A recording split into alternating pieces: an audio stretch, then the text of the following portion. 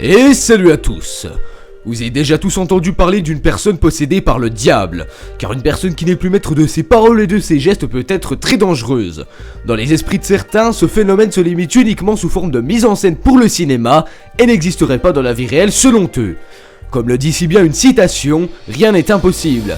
Il est donc plausible que ce changement soudain de comportement existe réellement, et c'est ce que je vais vous montrer dès maintenant avec ces 5 personnes possédées par le diable et l'exorcisme. Bienvenue à tous pour un nouvel épisode du Top Show. C'est parti, numéro 1. On va rentrer directement dans le vif du sujet car c'est avec l'histoire de Rolando qu'ont été créés les romans et films de l'incontournable exorciste, connu dans le monde entier et parmi toutes les générations. L'histoire raconte que la tante de Roland lui aurait offert une table de Ouija et qu'à la mort de cette dernière, Roland aurait tenté de contacter la défunte à l'aide de cette même planche. Malheureusement pour lui, cet appel aurait laissé la porte ouverte aux démons et leur aurait ainsi permis de rentrer en contact avec lui. Les premiers signes de possession se sont fait remarquer par des bruits étranges, des mouvements de meubles ainsi que des rires et des objets religieux qui volaient en l'air dans la pièce 1 à 1. Par la suite, de grosses griffures ont commencé à apparaître sur le corps de Roland. Blessé jusqu'à la chair, ce dernier semblait être devenu une ardoise ou un bout de papier sur lequel les démons voulaient faire passer un message clair et précis. Il se mit ensuite à parler des langues et des dialectes qu'il n'avait jamais appris ou parlé jusque-là, puis son corps se mit à se soulever vers le plafond et à léviter, le corps tordu de douleur. La seule solution à ce problème fut donc d'appeler un prêtre pratiquant l'exorcisme afin de faire sortir les esprits maléfiques de ce corps.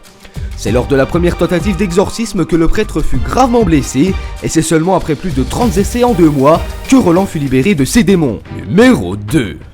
Il faut remonter à la fin du XVIIIe siècle afin d'évoquer l'histoire de George Lukins, qui était un tailleur anglais qui prétendait être possédé par le démon. Ce dernier chantait et parlait avec une voix et une langue qui n'étaient pas les siennes habituellement, et c'est suite à des possessions répétitives que ses voisins, effrayés, décidèrent de faire appel à l'église pour aider ce malheureux George. Après plus de 20 mois d'hospitalisation, tous les médecins échouèrent leur mission qui était de guérir George. C'est ainsi que tous furent convaincus que le mal qui le rongeait était de nature démoniaque. Après avoir pratiqué l'exorcisme à 7 reprises par autant de prêtres différents, George fut libéré et s'exclama « Béni soit Jésus, à peine libéré par ses mauvais démons ». Numéro 3.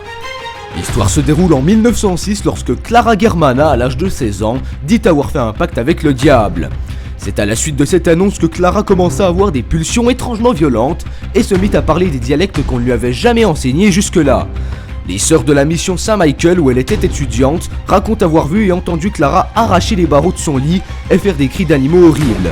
Et parmi d'autres témoins, certains certifient avoir vu Clara léviter. 2 prêtres ont dû exorciser la jeune fille et c'est après 2 jours de tentatives que Clara put enfin être libérée des démons qui la possédaient. Numéro 4.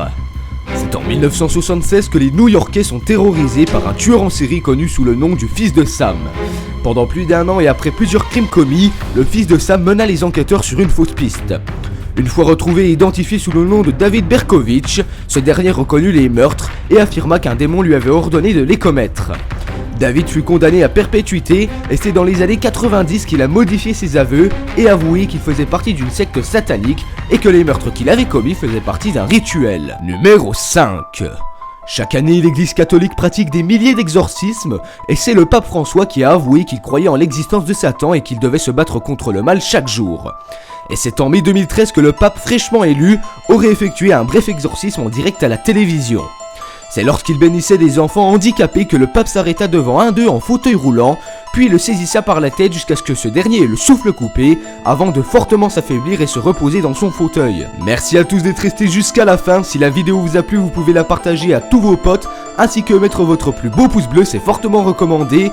Le Top Show, n'oubliez pas que c'est une vidéo tous les mercredis et samedis à 18 h, alors n'hésitez pas à vous abonner, et il ne me reste plus qu'à vous dire... Alors, elle est pas belle la vie ?